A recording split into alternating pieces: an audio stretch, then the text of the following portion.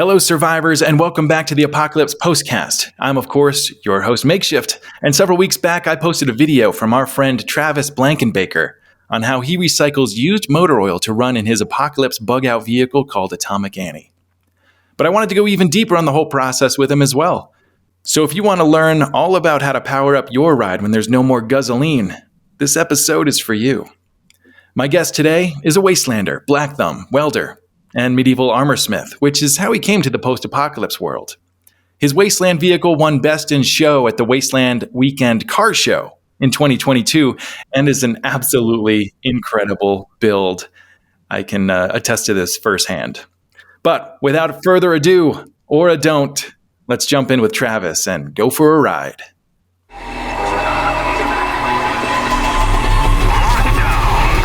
What happened? We did this ourselves. They're coming. It can't be. Where is everyone? All right, well, let's welcome to the Apocalypse Post, Travis Shepurd Blankenbaker. Welcome. Thanks for coming on. Well, thanks for having me. I appreciate it. Absolutely. So I will have already introduced a little bit about what we're going to talk about today and a little bit about you. But why don't you go ahead and kind of give me just your, who are you, where you're from, and what you doing? My name is Travis Blankenbaker. I go by Shepurd in the Wastes, and I have built my own Wasteland rig, like many others have. Mine's a little bit bigger than most. Also, everything on mine actually, tries to cosmetically be, aesthetically of Mad Max genres, but I also try to make everything fully functional. So everything on the rig is 100% functional. That's awesome. All right. So I'm going to even back us back up from there and say, all right, so the apocalypse hits today. Tomorrow, we're going to need some things. We're going to need some food. We're going to need some shelter. But one of the things we might need is a bug-out vehicle. Did you build a bug-out vehicle? Oh, yes. Yeah, it's definitely qualifies for that. It's come in handy a few times already, actually. Awesome. So give me an idea. Oh, first off, what is her name? I named my rig Atomic Annie, which is named after the 1950s artillery pieces that the U.S. Army built for that actually had atomic projectiles. Oh, wow. I didn't know that. Yeah, that's why the nose art and everything for Atomic Annie is the gal riding an atomic artillery shell. Yeah, and I absolutely love the art. Now, when you look at Atomic Annie, and for those of you watching this on YouTube, I'm going to try to actually put up a shot of this because I do have some videos of you. I already did a video of you doing Atomic Annie, and you gave us a full tour in that.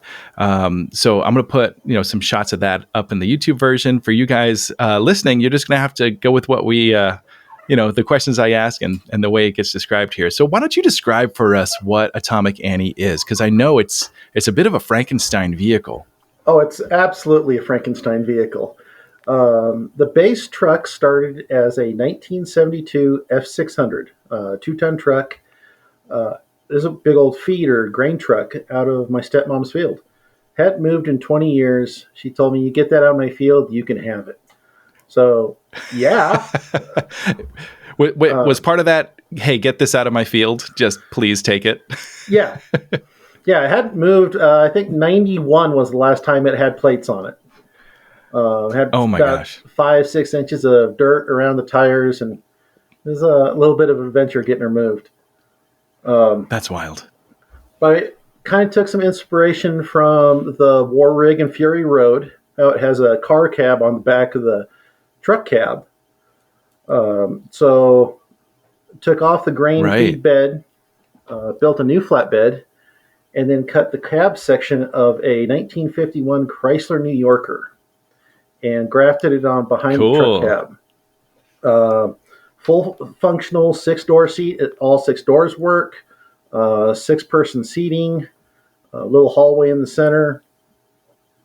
And I thought, if I'm gonna build a rig that I'm gonna go to Wasteland Weekend, or if heaven forbid I actually need to use it as a bug out vehicle, I want something set up for sleeping quarters.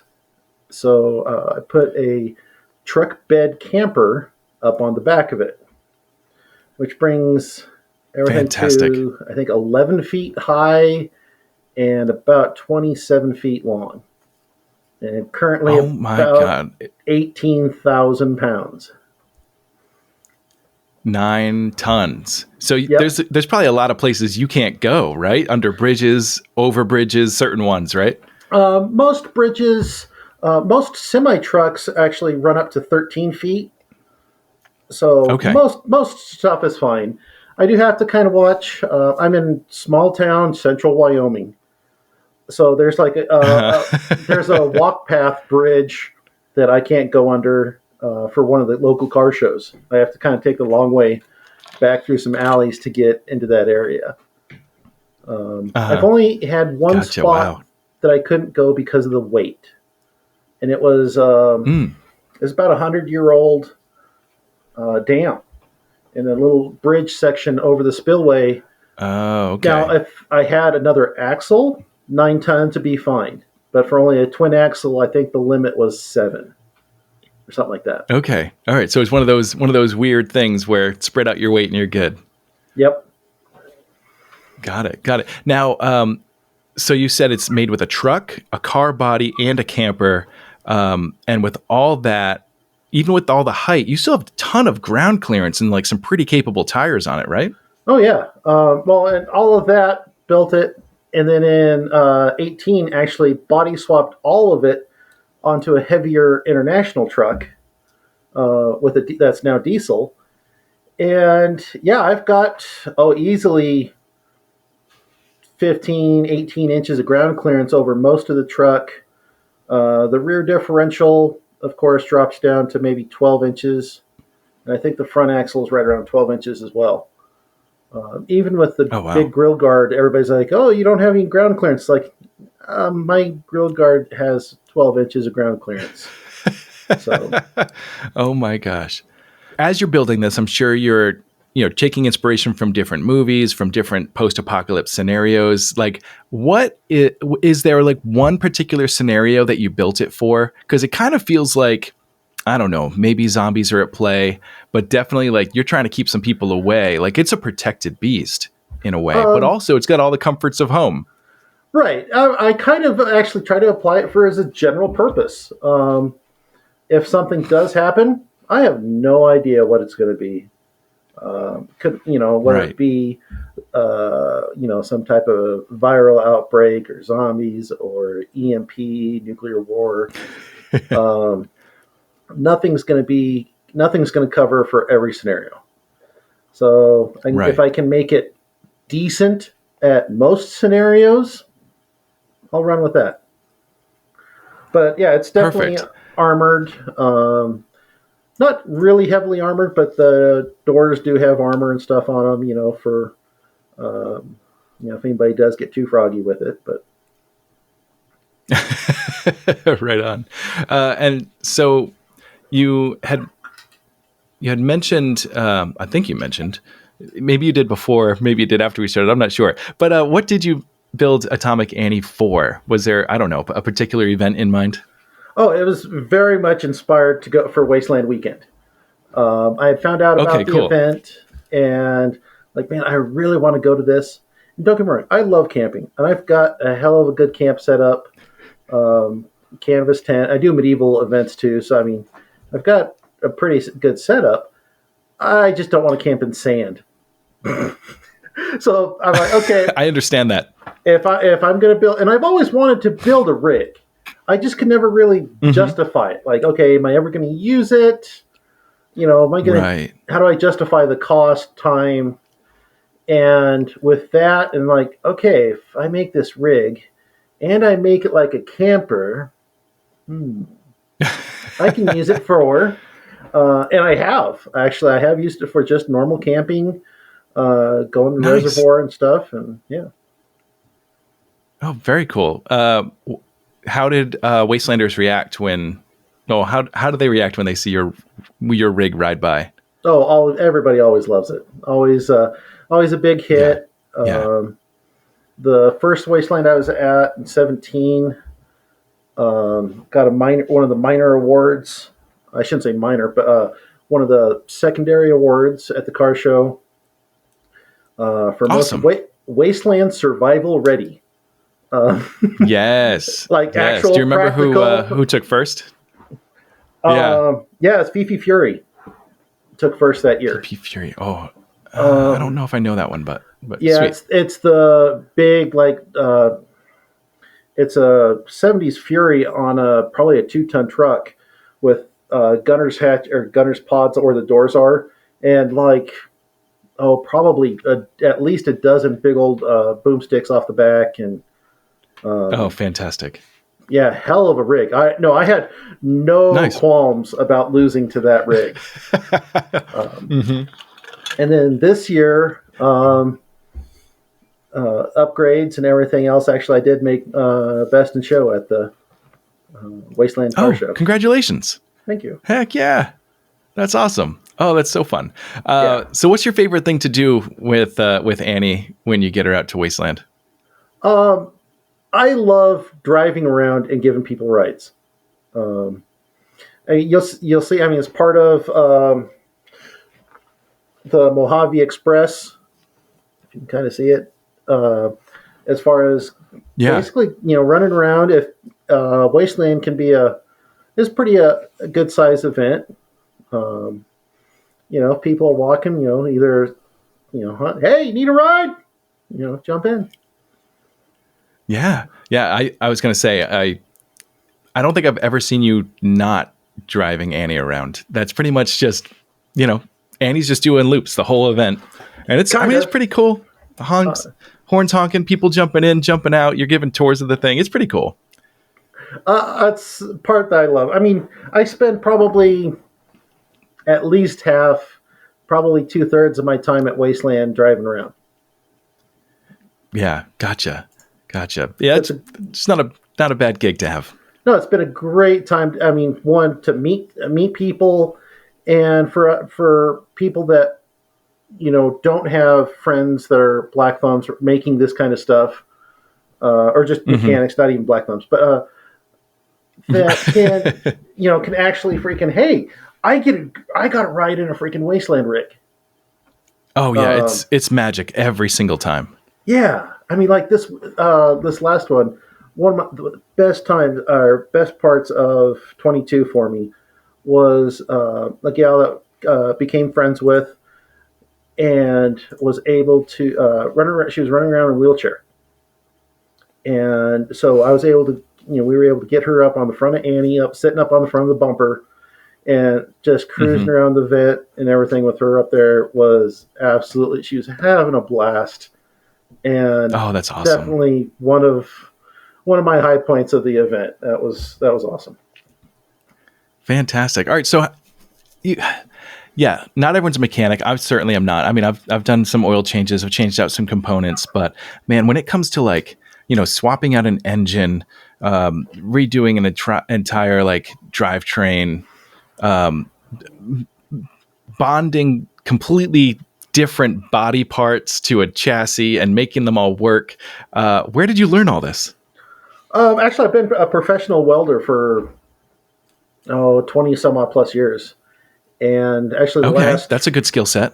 Oh yeah, the last 5 or 6 years have been a machinist, and then also have done blacksmithing. I make medieval armor, as you can see. So there's not much I can't do with metal, but I also have that. Yeah, and I can't. Go ahead. Oh, go ahead. There's also we're fighting a slight delay, so it's a little weird, but we'll work through it.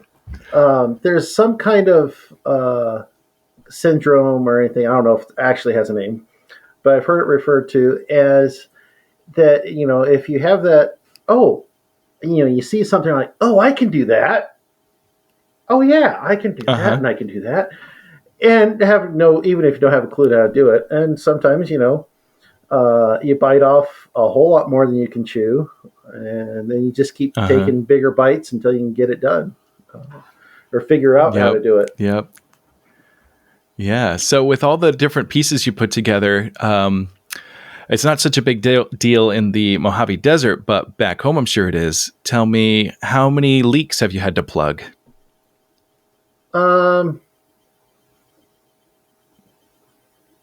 One. Really? That is nuts. That's nuts. That's awesome. Okay. I take it back.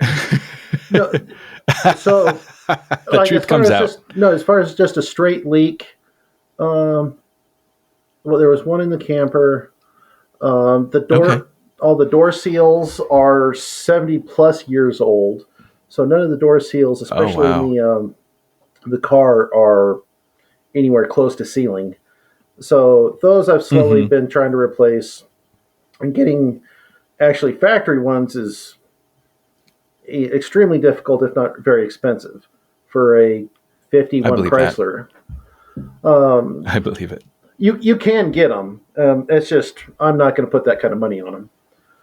So sealing up stuff like that, I've been using different types of weather seal.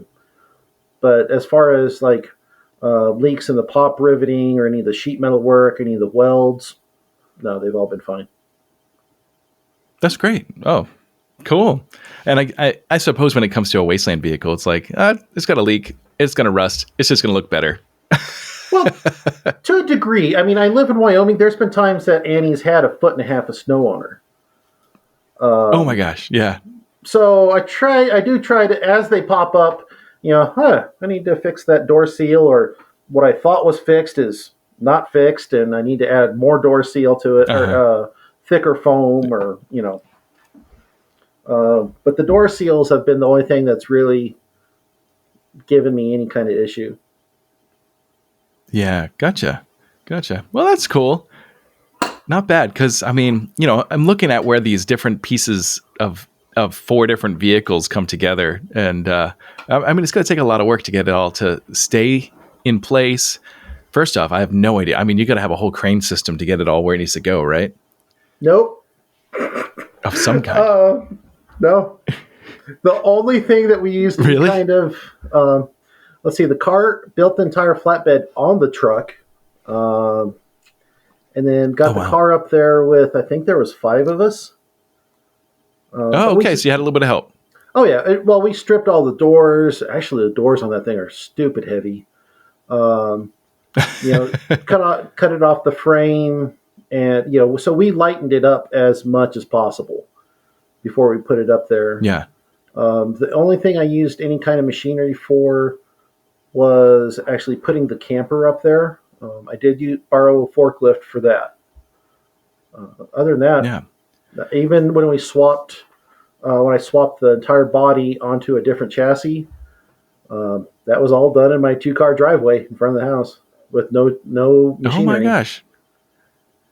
And is it the same thing with the camper? Because you put like a truck bed camper on it. So did you just kind of put it on there like you normally would on a truck bed, and then tack it in place with some, little welding spots? Is that kind of how far off am I? No, you're not that far off. It is screwed down, but so I built up a frame underneath the camper for the camper to sit on, and then built the rest of the frame, like all the doors and hatches on the side, after the camper was up there. So all of that is keeping the camper in place. Wow. Okay. So it can't really come off like you normally would with one of those truck campers, so that you could like drive around without it, right? Not easily, no. Yeah. No, okay. and then that would leave. Very cool. Yeah, go ahead. That would leave the entire backside open too. That's right, because it opens up into the car cab. So you can walk all the way from the camper into the car, into the truck, actually. Oh, yeah. And so I've been in the camper. You've got some unique decorations in there. I'm specifically thinking about your wallpaper. Would you tell me about that? Yeah, I really am not a fan of 1970. The camper is, I think it's 1972 or 73. And I'm not a huge fan of imitation wood paneling. So, and wanting to keep with the Wasteland theme, actually, as my girlfriend at the time, Faye, came up with the idea of using these old papers that we got that were from 1945 and 46, about using them as a decoupage wallpaper. And actually, she ended up doing all, while I was doing all the mechanic build on it still at that time, because this was before I came out in 17. So still the initial build. She did all of the wallpaper inside of old, 70-year-old newspapers. Some of them, she ended up getting some replicas, like of the Titanic sinking, the moon landing, stuff like that, off of, I think it was eBay even. Just cool. Replicas, not ones that are collectible or, any kind of special value to them. Yeah. But like that's awesome, and it looks really cool. It definitely puts you in a frame of mind. Well, I love how when you're in there. The kind of the thought behind it was she came up with the idea, but in like Fury Road, you have the history people, the history women or history men that have the tattoos all over them. The inside of Annie is a history book. It is the world before the apocalypse. Mm-hmm. Oh, so cool. So cool. And along the way, I'm sure every bit of this project was an engineering marvel. But one of the things that you did I thought was pretty cool was the back steps for the camper, because the camper floor ends up, like 4 feet off the ground or something like that. So you had to figure out a way to get up there, right? Yeah. It's, like 4.5, 5 foot. Yeah. When it came out in 17, actually, I hadn't built the porch on it yet. So we were literally throwing a little, like, 5-foot ladder out the back there. But oh my gosh. Yeah, I wanted a back porch, but I didn't want another 4 foot hanging off the back of the truck. So yeah, I've seen some folks use these for like inside of houses, tiny homes and stuff, build them out of plywood. Oh yeah. And I'm like, I can build that. So so the entire thing just kind of scissors up and lays flat against the back of the camper. Yeah, so it's not like hanging out there when you're driving on the road, and it looks really cool when you pull it down, and then boom, you have a porch and you have stairs just ready to go. It's really cool. Yeah, thank you.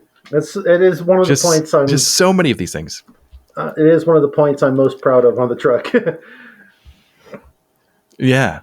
And guys listening, I just want to remind you that on the Apocalypse Post on our YouTube channel, there is an Atomic Annie, like a full tour. Travis takes you on a full tour, points out a bunch of stuff along the way. I definitely encourage you to check it out because, first off, he's funny as all hell when he's showing off his stuff. But also, there's just so many unique things built into Annie. It's just such a pleasure and really neat to watch. But Travis, what I want to talk about is the episode that's going to come out at the same time as this podcast, which is going to be all about the fuel you're using in this truck. So tell me, what does Annie run on? Well, currently, Annie is running on waste motor oil. So like WD-40? No, I meant DW10. Oh, shoot. I'm getting all my words all wrong. I'm embarrassing myself. 10W30. 5W10. Yeah, that's the normal one. Yes. Oh, I got it wrong so many times. All right, 10W30. So like 10W30? Yeah.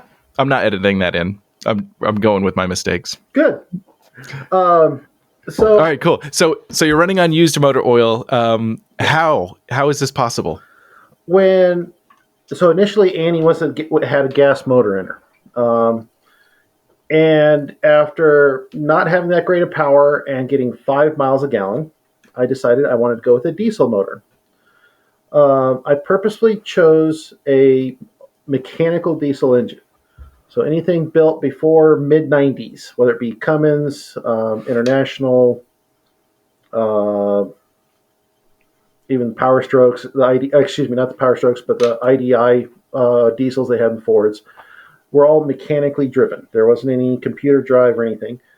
All of those older diesel engines are a little bit looser tolerances and everything, and they can run on filtered motor oil.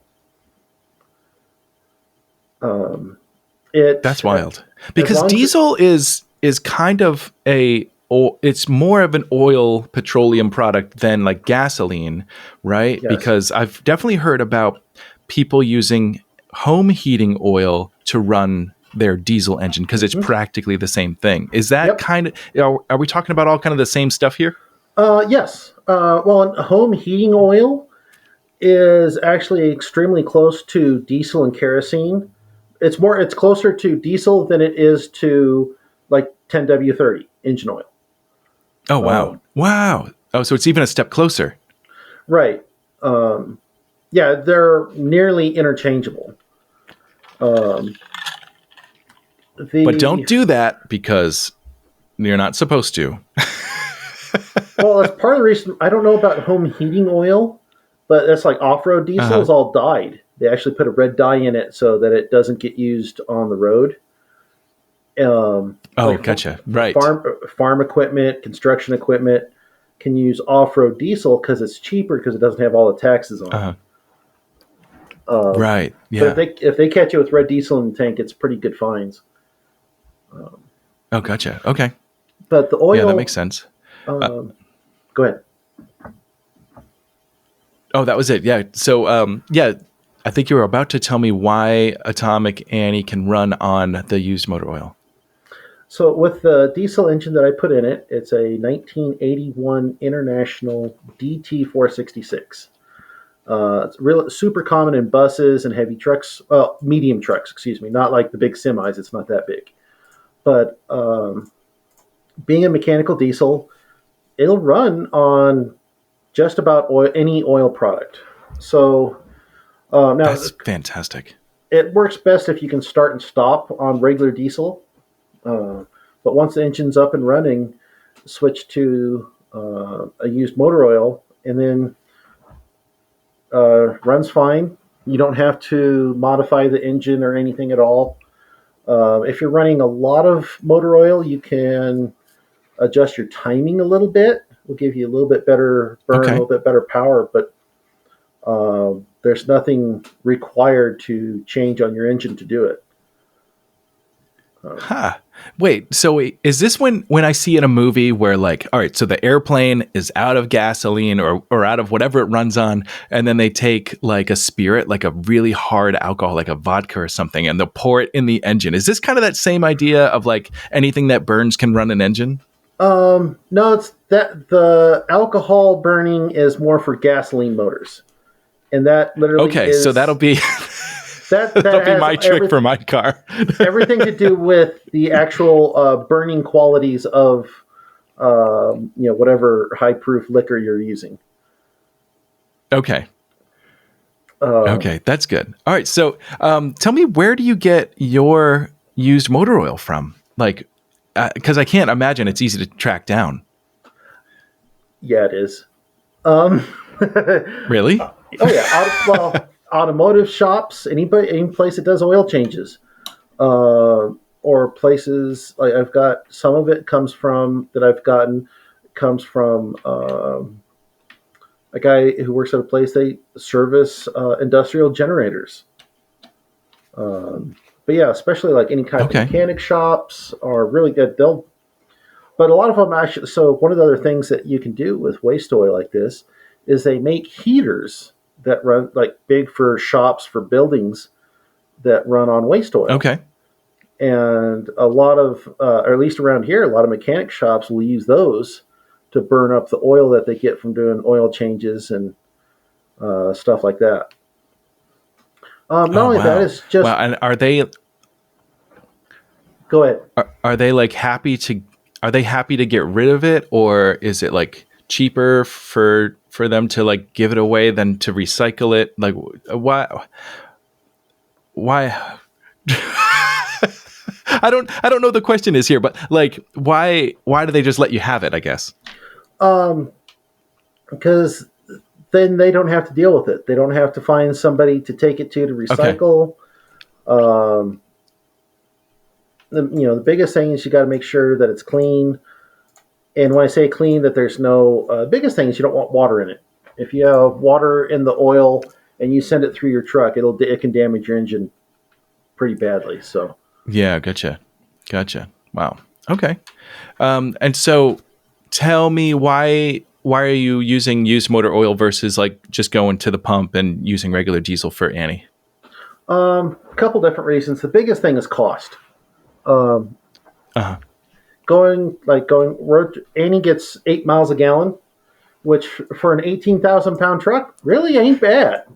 But that's not bad at all. That's about what I get when I use my Land Rover to tow my camper is about 8. And I'm not anywhere close to 18,000 pounds. I'm closer to like maybe 9 or 10 when I'm driving. Right. But it's gasoline. Right. And, my last trip to Wasteland was like $1,500 and just in fuel.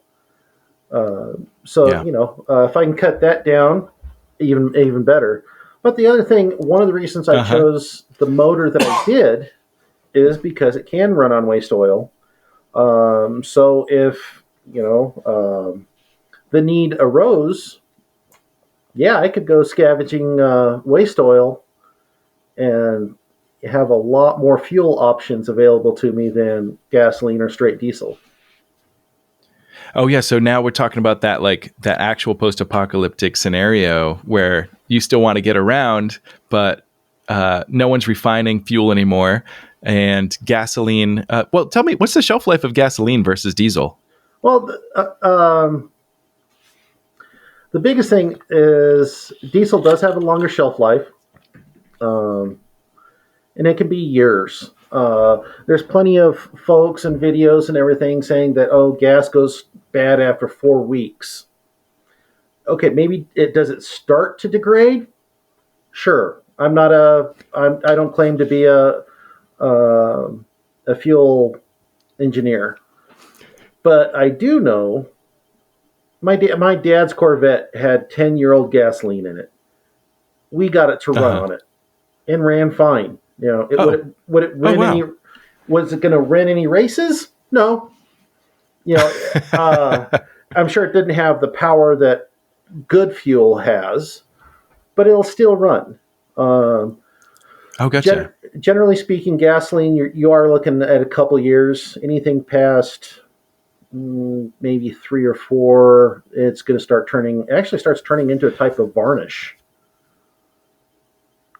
Yeah, because it starts to get like really greasy, right? Like just sticky, like gelatinized almost, right? Sticky. Like it's like a paint on varnish you use for like sealing wood. Like a polyurethane, something like that. It kind of turns into that. Yeah. Eventually. And there was a scene in The Last of Us where they're kind of. Did you watch The Last of Us on HBO? No, I think I've heard about this scene though. Where he like jumps in a truck and just tries to fire it up or something? He's trying to fuel up the car because they're going from like Boston all the way west. And I think they make it as far as Kansas City or something like that before they lose the car. Spoilers. But along the way, they make a point that he's siphoning gas from all the cars left on the road. And we're talking, it's been 20 years since, the apocalypse happened. And so they have to stop like often because he said the gas is so degraded, it just burns up really fast. It's really interesting just how quickly gas degrades. And I wasn't sure if the science was right on that. Like he basically, I think he said it was like, it turned into more like water in a weird way. I forget exactly what he said on the show, but yeah, basically it just didn't have the same power it used to. Right. Well, and part of the problem, if you're looking at gasoline and you're wanting to store it, or you're looking at long term, you really, if you get the ethanol free gasoline, it lasts a lot longer. Ethanol absorbs water, and it'll do it out of the atmosphere too. So yeah, over time and everything, it does degrade. So ethanol-free gas is a little bit better. But you know what doesn't degrade like that? What's that? Motor oil. At all? Like it doesn't degrade at all? Maybe a little bit. It may not have quite the viscosity as far as being used as a motor oil, but I can run Annie on 50-year-old oil and it won't give a shit. No way. See, that makes a big difference because, if all the gas is getting gummed up, and I know that they always say don't use old gas, like even my lawnmower, right? If I leave the gas in there over the winter, which I do every year, which means I have to clean the carburetor because the carburetor gets all gummed up and suddenly the valves aren't working or what. I don't even know all this stuff, but yeah, that's pretty wild to just throw in like this super old oil and be fine. The biggest thing, and this is, now I need to clarify something here, back up a little bit. When I'm using motor oil, I do have to filter it because I got to make sure that it doesn't have any dirt, metal particles, whatever. And then I have to dilute it, actually. I have to thin it with about 15 to 20% gasoline. Now, it doesn't have anything to do with the gasoline being flammable. It is just to make the oil thinner so that it can flow through the fuel pump system. Oh, wow. And that's regular gasoline, like non-diesel? Yep. See, now this is just, for me, like, all right, diesel cars. Diesel cars get diesel fuel. Gasoline cars get gasoline. And now you're blowing my mind saying, just put a little bit of gasoline in your diesel car and you can run off motor oil. No problem. Well, you want the gas to mix with your oil, like do it in a barrel or whatever before you put before you put it into the vehicle. Gotcha. Okay. But the cool thing with that is it can be old stale gas. That was going to be my next question because, all right, apocalypse scenario, we're going to go, what, drain some engines, maybe go to like, where the old AutoZones were, find their 50-gallon drums of like returned motor oil in the back. But now we still need a little bit of gasoline to dilute it. Can I use the old stuff? And you're saying we can? Yep. And what's funny is it's not just motor oil. You can do motor oil, automatic transmission fluid. Actually, that one works really well. Gear oil from a manual transmission, your oil out of your differential, your front rear axles. You can use that. Pretty much. Now, the only thing you don't want to use is brake fluid. It has something in it that just doesn't work well in a diesel motor. But every other oil product in a vehicle can be burned in an older mechanical diesel.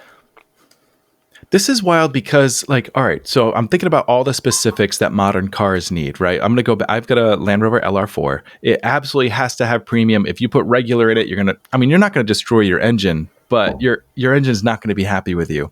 And then the oil requirements, whether it's 5W30 or 10W10 or whatever it happens to be, like they all require very specific things. And we've got brake fluid and we've got transmission fluid and we've got gear oil, all these different, very specified things. And now you're telling me throw all that out the window, minus the brake fluid, because pour it on in, we're going for a ride. I love that. Yep. It kind of takes us back to like, I can't imagine the refining process was so well refined back when cars were a brand new thing. And so, just take some oil, maybe, set it through a single refining process and let's burn this thing. Let's go. We got places to be.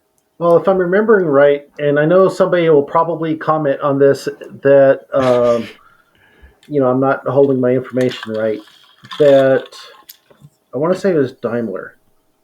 One of the German companies, diesel engines were built before gasoline engines. So they were. Well, that makes sense because because they're a lot simpler, right? A little bit. Just no spark plugs, no. Right. There's a few things that are simpler. Extra stuff. But the fuel, when you're running off of, when you haven't nobody's refining gasoline yet. I'm talking 1880s. But you can run off of a kerosene type oil. You make a motor that can run off of oil, kerosene, that kind of fuel.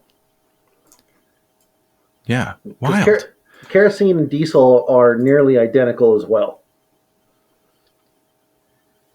It's just it blows my mind, and I know it all comes from the same stuff, right? We're talking about like some old dyno grease is what it all is, but it's just the refining process and exactly what level of quality.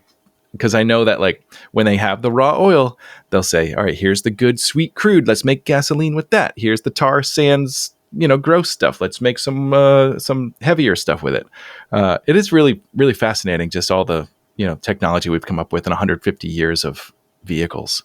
Yeah, I could totally go on actually how they refine that, but that's another story.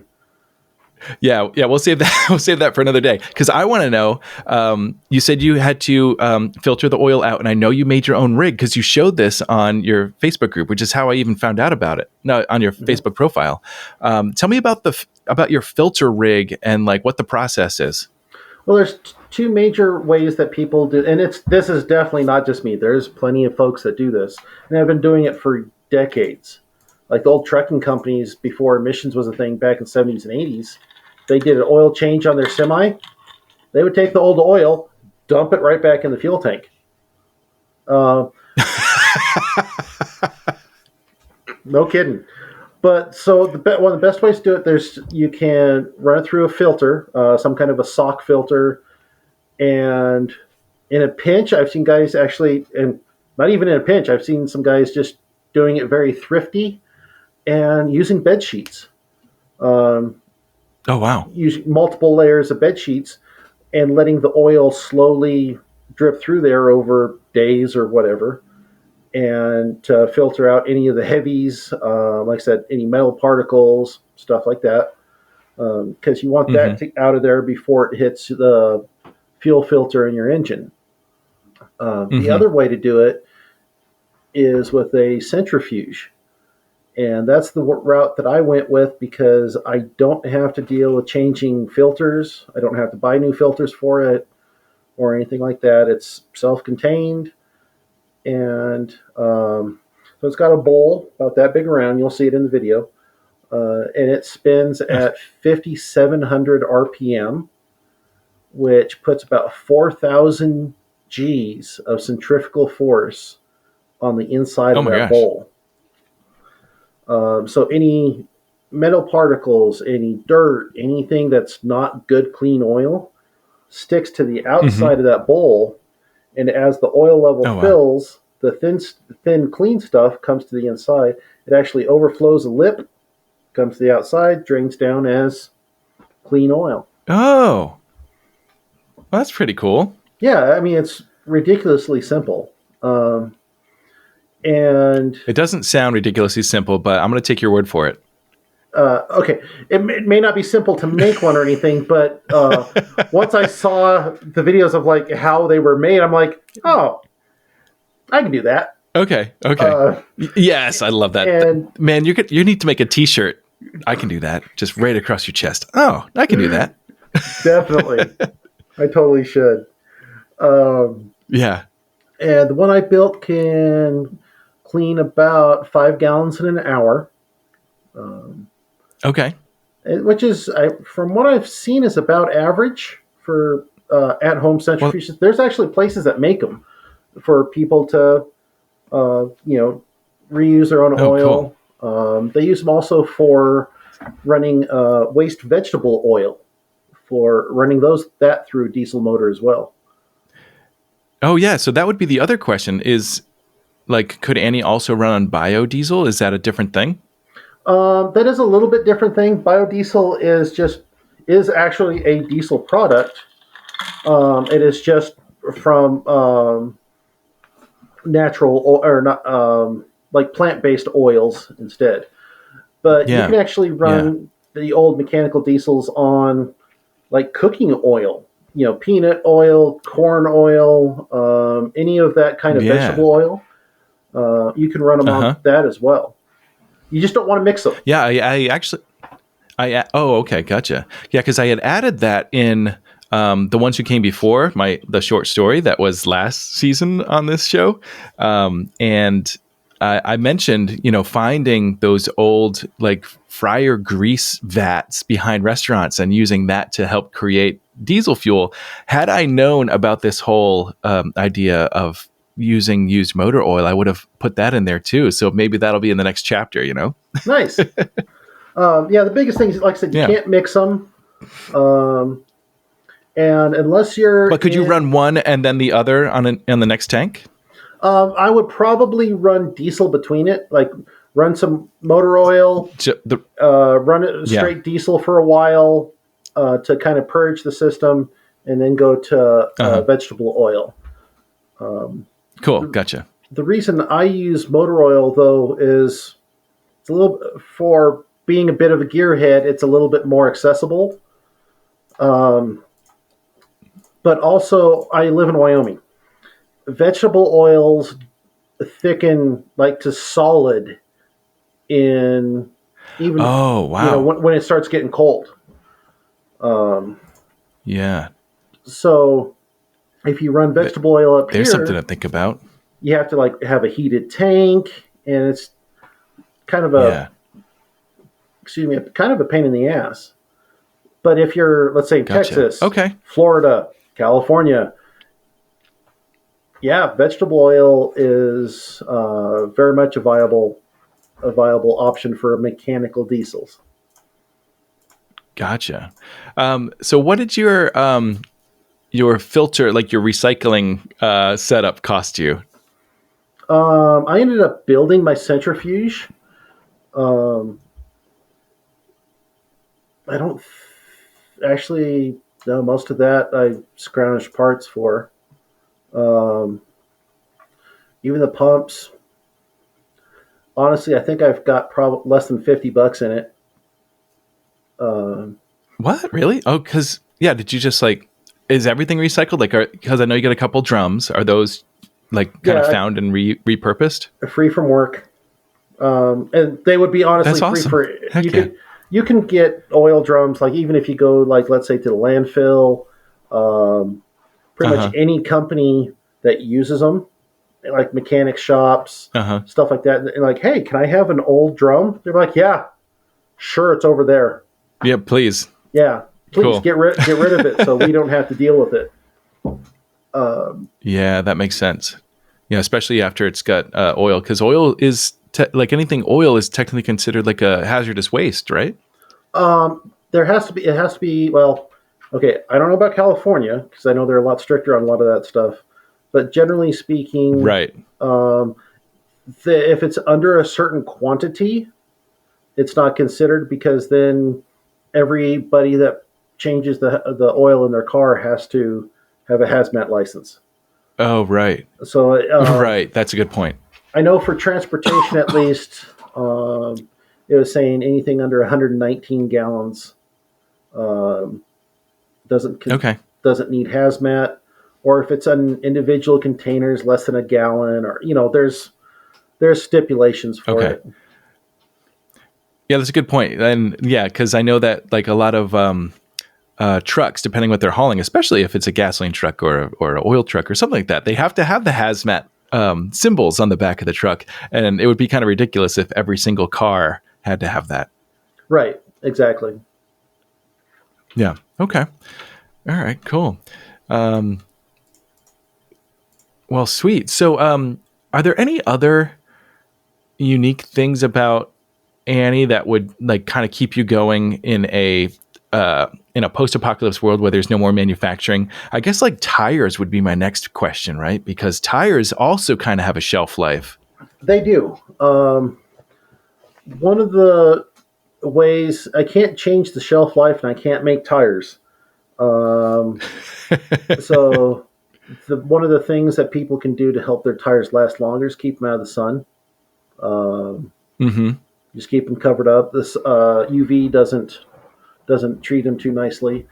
But one of the ways that I did consider trying to combat that a little bit is the tire size that I have on Annie right now They kind of look big and knobby because the original F600 never came with that size tire. But it is a 11R22.5. So it's a 22.5 rim. That is the single most common semi tire on the road right now. Okay. So, if I've got to scrounge tires, I should have a pretty good selection to, probably a third of the tires, if not more, on the road right now are that size for semis. Oh, that's good. Yeah. And of course, when we're thinking about these things, you always kind of overlook the fact that, there is industrial manufacturing happening right now. And somewhere, in some places, there's going to be unused tires stored somewhere that just never got sold. And I imagine that those would last a bit longer if they were inside. Yeah, like I said, anything out of the elements is definitely going to last longer.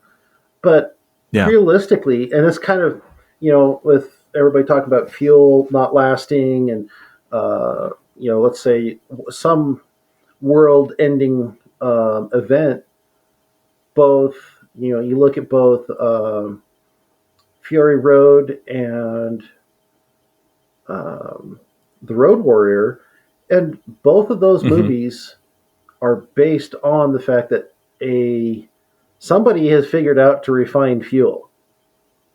Of course, yeah, right. So that's going to be one of the very first things that gets going again after a collapse.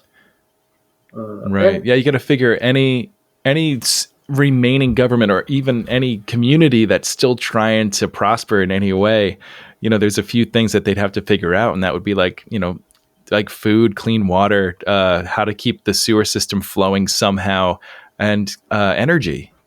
Yeah, and so being sorry. The entire premise of the Road Warrior is everybody that lived at that refinery were, from my understanding, some of the backstory on it, they were the staff that worked there and their families. And, when stuff started going to shit around them, they're like, hey, we know this is a valuable commodity. People will trade for fuel. Let's go hold up here where we have a known commodity that will be quite valuable. And then in Fury Road, they kind of took that to the next level. We never got to visit Gastown, right? But we know that there's an entire city devoted to just refining fuel, right? And probably pumping it up from the ground as well. But yeah, it's no stretch of the imagination that someone would figure out how to get the old stills working again. Oh yeah. Well, and kind of the one thing just to add something a little bit to this is, anytime I post, well, not anytime, but a lot of times when I've seen it on both my posts and other people's posts about their apocalypse cars, they're like, oh yeah, that's not going to be any good once, gasoline goes bad in 6 months or what, or, when you run out of fuel. And it's like, as far as like Annie's concerned, I've got around an 800-mile range before I run out of fuel. Oh, wow. Well, how many gallons are you holding? 135. Holy crap. Well, I can see why you wouldn't want to be filling that up at your local Shell station. Right. But the $4 a gallon times $500 to fill up your tank. Holy crap. Yep. And when I went out to Wasteland last year, if I could find places that were under $5 a gallon for diesel, I was happy.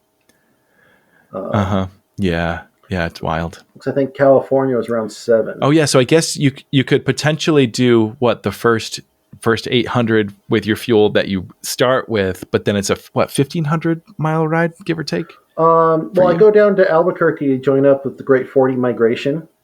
So it's 1,400 miles there, and then 1,000 miles straight back. Oh, wow. Oh, gotcha. Okay. Yeah, so it ends up being 2,400-mile round trip for me. Yeah. Oh, so wait. So that means you only end up filling up twice from like retail stations, huh? Give or take. If I needed to, yes. I usually end up just filling up every morning And through a day, full 8-hour day driving, I'm in the vicinity of 70 or 80 gallons used. Okay. So I just, like I said, fill up in the morning and call it good. But it does give me the chance to kind of time it where I don't have to fill up in California.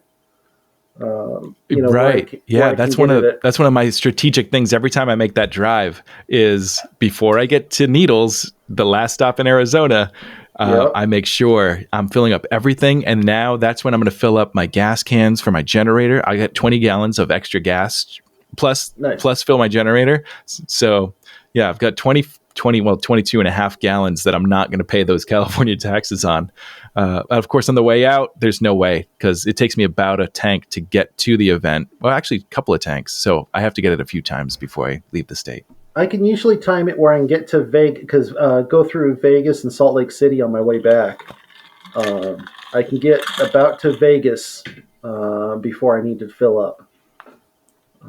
Cool. But the other thing with Annie is I'm not intended to, in a actual apocalypse scenario, I'm not going to keep driving. I'm going to find my nice little right. I'm going to get to my little hidey hole and I'm going to stay put until something, for some reason, makes me move, whether it be a better incentive, better hidey hole, or, stuff's getting dangerous in that area. So it's not like I'm going to be driving around all day cruising and burning up fuel. So I love when people are like, you'll run out of gas and you'll be done. No, it gets me to my hidey hole. I'm good. Yep. And you're already in a state that's pretty low population density. So you wouldn't even have to go that far to kind of like find your own, private space, I suppose. Oh, yeah. No, Wyoming has, last I knew, was around 500 or 550,000 people. The two biggest for the whole state. Yeah, we're just over 500,000 for the entire state. We are. Oh my gosh! We are I think the lowest population in the union. Wow. So I'm in Nashville right now, and I'm looking at this up. The 2023 population is 1,315,000. So almost 3 times as many people as your whole state live in my city. And that is wild to think about. That's one of the reasons why I'm still here, is I very much like the lack of population. You know what's funny is I've now been to 47 of the lower 48. Wyoming is the one I have not been to yet. Dude, come on out, man. So I'm coming. Sweet. I got check it off my box with an. I got a spare room just with your name on it. Hell, I'll let you camp in Annie if you want. Oh, that would be so fun! Oh my gosh, that's awesome. Yeah, and I got to say, you were absolutely right as far as like bringing a living situation to Wasteland. Because I did a GP tent for a few years with no floor. And I learned after year 1, bring a floor, like bring some tarps. But when the wind kicks up, the flaps start flapping and it's just a dust cloud inside the tent. And, my job at Wasteland is to shoot the highlights reel, which means a lot of video and audio gear. And I always had to keep plastic wrap on top of it. But then, this is probably 2016-ish. I brought an RV for the first time. And it was a 1982 Lazy Days RV that I barely got there. Like it was not running well. But what a difference. Oh my gosh. It was just so great to have a clean space, to have like refrigeration, air conditioning, water tanks. Like what a difference. And now I've got a slightly more modern camper, but I know it is. I feel super bougie now. But I'm working like 16-hour days. I wake up, I start shooting, work on some tribe stuff, shoot some highlights, do my round, say hi to everybody. I know, so many things. No, I completely get super it. bougie. Oh, yeah. No, and that's why, I've kept Annie simple.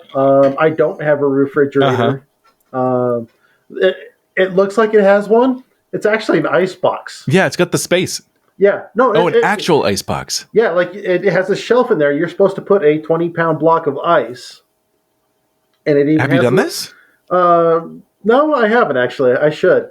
But it's then it has. You should give it a shot. A little drain line for the ice as it melts to drip out the outside of the camper. That's awesome. I'm used to camping. Yeah, with you should try it. Refrigeration. So the only thing I really want cold is my beer. And how do you get a cold beer? That's what when they started selling ice at Wasteland. I like it. Yeah, it's key. Yeah, it's been really interesting to watch Wasteland prosper over the decade plus that I've been going, because those early years were rough. But even the first year, we had one of the taco trucks from in town came and served burritos. So it was like there was a little bit of like humanity. Right on. And I didn't buy it that year because I brought way too much food. That was my 2011.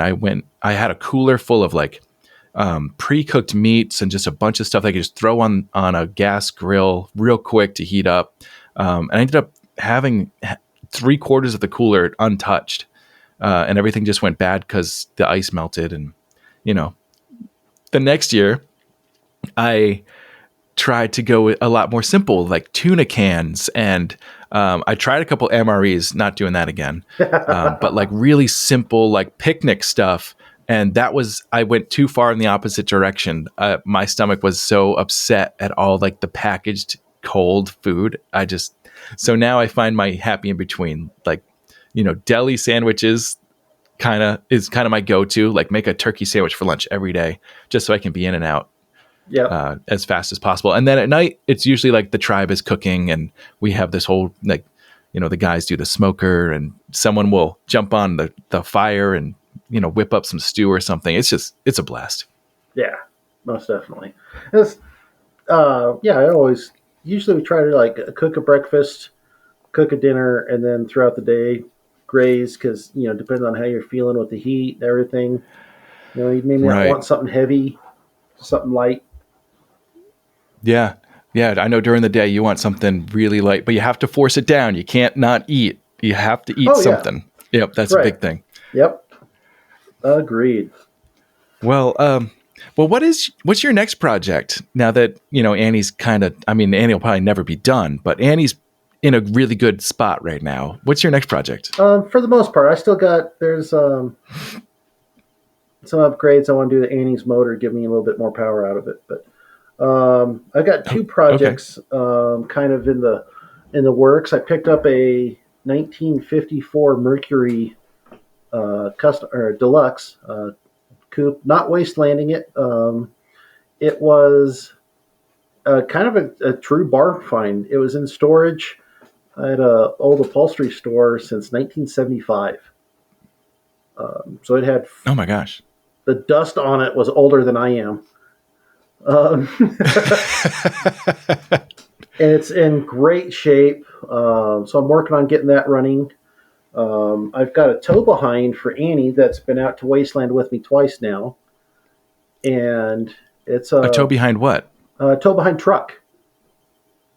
A kind of a little scout truck. Oh, okay. So yeah, cool. I want to do a engine swap on it and get it more wastelanded out. That one is getting wasteland.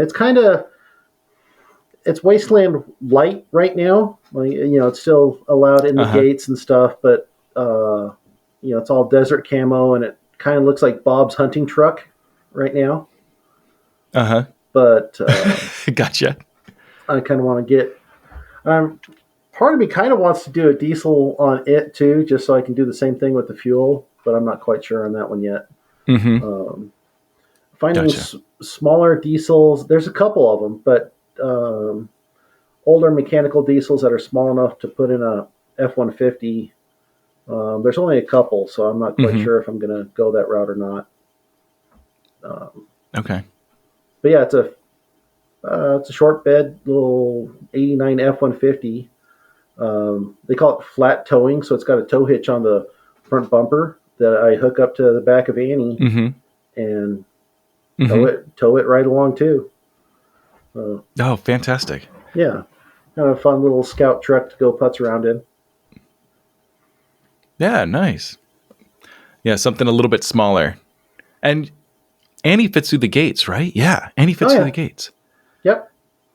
Annie wouldn't have fit through the old gates. No. They were only 10 feet, 11 feet? I forget. But yeah.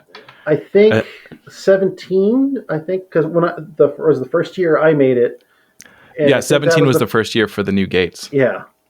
So that worked out very nice. Yeah, it sure did. That was a fun year too. New property, new gates, new roads, putting the roads down. Yeah, I captured a lot of that. That's the Building Wasteland documentary shows all of that. And it was a nightmare, but the people put their heart and souls into it. I mean, the crew was just inspiring. I think the energy that year was kind of off the charts. I mean, don't get me wrong. I don't know about before it. And I had fun out in 21, 22, not complaining. Amazing times. But 17 did have a little bit more intense energy to it. A little bit more party hard. It was more party hard than party medium, from what it seemed. Yeah, I think so. Yeah, I think the build crew might have inspired that. They were definitely partying like they had spent a week and a half digging holes. They were letting loose. Well, there was that, the RV fire, the windstorms. It's kind of just all of it was. Right. That big fifth. I can't remember if I thought it was just a fifth wheel, not an actual full RV, but one of the super big fifth wheels burned to the ground. Yeah, it was pretty wild. Yep, and that's the cover art for that documentary. I never actually talk about that as the cover art. But it didn't make the fire didn't make the documentary. We left that out because I just didn't have the story. I could have showed that it happened, but I didn't get to interview anybody about it. So yeah, save that one. But yeah, that was wild. Well, cool. Will we see Atomic Annie and maybe the tow behind at Wasteland Weekend 2023? Not this year. I've got too many other irons in the fire, taking care of stuff in the house, just too much other things going. And honestly, it burns pretty much most of my vacation time. So going, although I did make 21 and 22 back to back, going every year is not really an option for me. So it'll be every other year. Oh, that's unfortunate. Every 2 years or something probably for me. Okay. Well, yeah, that's still great. Yeah, I wouldn't miss it. I'll be looking forward to 2024 for that reason then. Definitely. Yeah, it'll be a lot of fun. I can't wait. Awesome. Well, is there anything I missed? Any other cool stuff about Annie that we should have talked about? Actually, the only other pretty well covered. Yeah, there's only go ahead. One other thing that I've kind of tried to apocalypse-proof Annie is everybody talks about what about if a battery's dead? If you don't have a battery for a starter. Oh, right. And I need to do some fine tuning on it because it actually isn't 100% functional right now. But I've got a setup built. It's on the truck and everything. As a small single-cylinder diesel motor, again running diesel.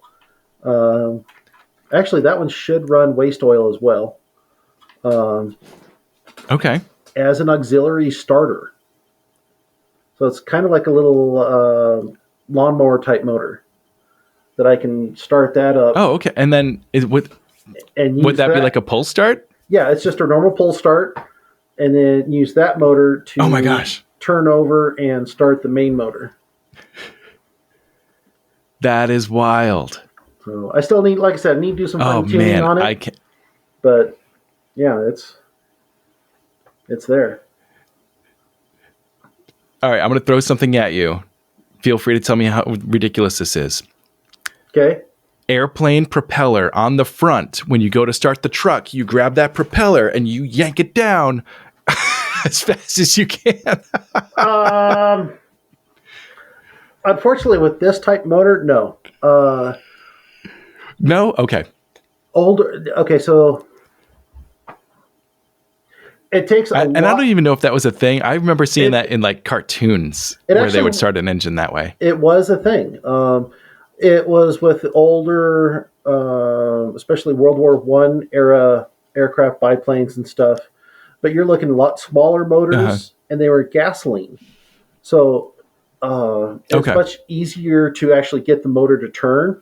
Where a diesel motor is, you have to have a lot larger freaking motor to turn. The starter motor in Annie is literally like this long and like this big around. No way. Whoa. Yeah, diesels take a lot bigger starter. The only other thing I've seen actually with them that I couldn't quite figure out a way to make it work is back in World War II, especially the Germans would do on some of their tanks. They'd have these hand cranks, but it wouldn't turn the motor. You'd have this crank, and you'd crank, and you could hear it through a gearbox. It would turn this big flywheel inside the truck, inside the tank. So you hear it kind of slowly winding up like a turbine, going, and it keeps building up until it's fast enough. And then you'd reach in and flip a switch, which would engage a clutch or something, and that flywheel would spin over the motor and start the diesel. Oh, that's wild. All right, so you got a couple options, but the using a smaller motor to start the motor, that makes a lot of sense. And they actually did it in some construction equipment back in the 30s, 40s, and 50s. Like the bulldozer that sits out in the field for a year or 2 years. They go, they only use it for once a year. Just take a little bit of gas. They'd usually use a little gas motor, but they called them a pony motor. And they'd run that up and then use that to start the main motor. Oh, funny. Yeah. Funny. Anyway, that's wild. Okay, cool. That's the only thing I can think of offhand. Well, I'm very excited to see that. And yeah, you're right. So we talked about, running on fuel. We talked about our tires, and I totally missed it. The starter battery.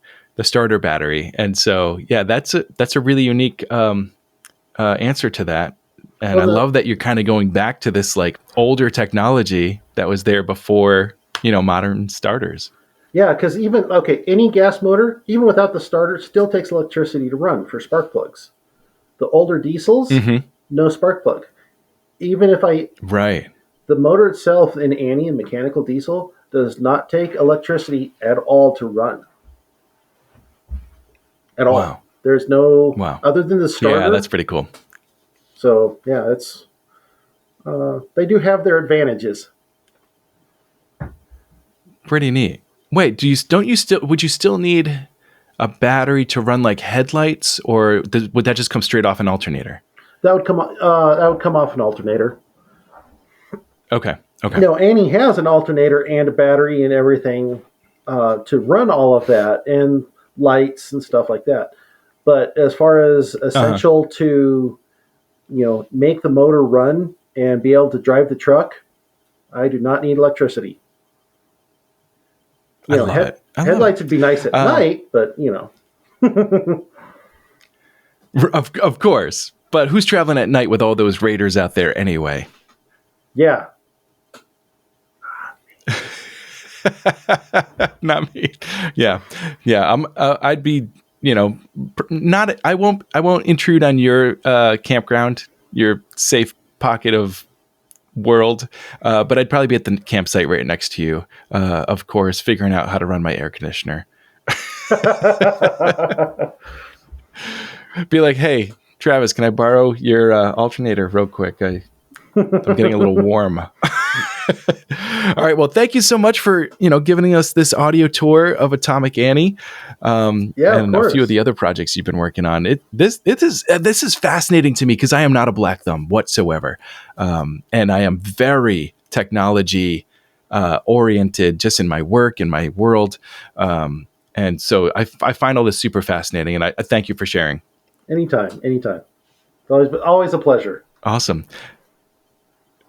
Excellent. And I'll have to have you come back on when you've got that tow behind vehicle all decked out, and so we can go over, that fine line between Wasteland Basic and an actual like art car that's appropriate, right? Yeah, definitely. Would love to. Yeah. Awesome. Well, thank you so much. Guys, for all of you out there, well, actually, Travis, you started posting this project on Facebook somewhere, right? Did you end up? You've got a channel too, right? No channel. It's where can people keep following along? Facebook is Atomic Annie, the Wasteland War Rig. TikTok is F600. There's Atomic Annie Truck on TikTok and on Instagram.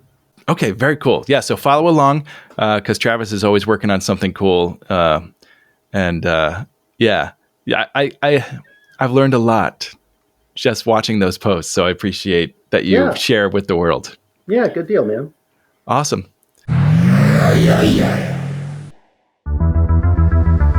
Hey survivors, Makeshift here to remind you that the Apocalypse Post is brought to you in no small way by our Patreon supporters.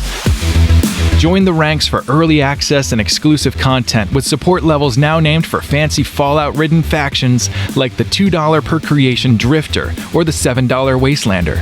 Knowing you've got my back has helped me dedicate more time to this channel, spreading love of the post-apocalypse, and less time on stupid real-world stuff. Sign up right now at patreon.com/theapocalypsepost. Hey survivors, thanks for checking out another episode of The Apocalypse Post. Please subscribe wherever you're listening so you never miss an episode. And if you enjoyed today's show, share it with your friends. But if you hated it, share it with your enemies in all of its dirty, greasy, unrefined, unfiltered splendor. I'll see you next time, survivors. Till then, stay alive. And days and days and days and days and days.